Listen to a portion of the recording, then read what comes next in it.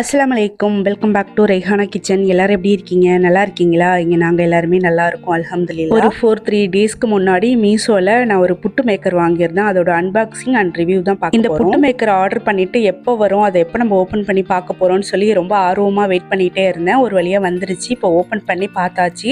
ரொம்ப ஹாப்பியாக இருந்துச்சு.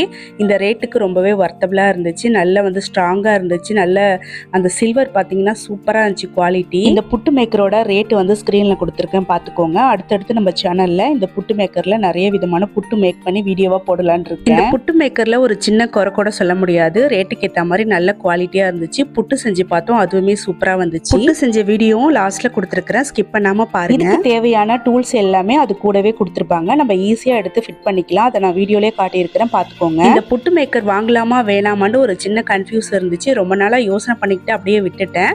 அதுக்கப்புறம் சரி ஓகே வாங்கிடலான்னு சொல்லிட்டு வாங்கிட்டேன். இப்போ ரொம்ப ஹாப்பியா இருக்கு.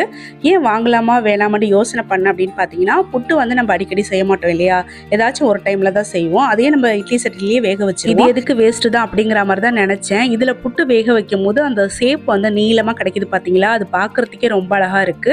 அது மட்டும் இல்லாம இதுல புட்டு வேக வச்சு சாப்பிடும்போது அந்த டேஸ்ட்டுமே செம்மையா இருந்துச்சு. தனி ஒரு டேஸ்டா தான் இருந்துச்சு. யூடியூப்ல நிறைய வீடியோ பார்த்தேன் இதுல புட்டு செய்யறது. அதுல பார்க்கவே அவ்வளோ அழகா இருந்துச்சு. நம்மளும் வாங்கி செய்யணும் அப்படிங்கிற மாதிரி ஆர்வமா வாங்கிட்டேன், செஞ்சும் பார்த்தாச்சு. சூப்பரா இருந்துச்சு.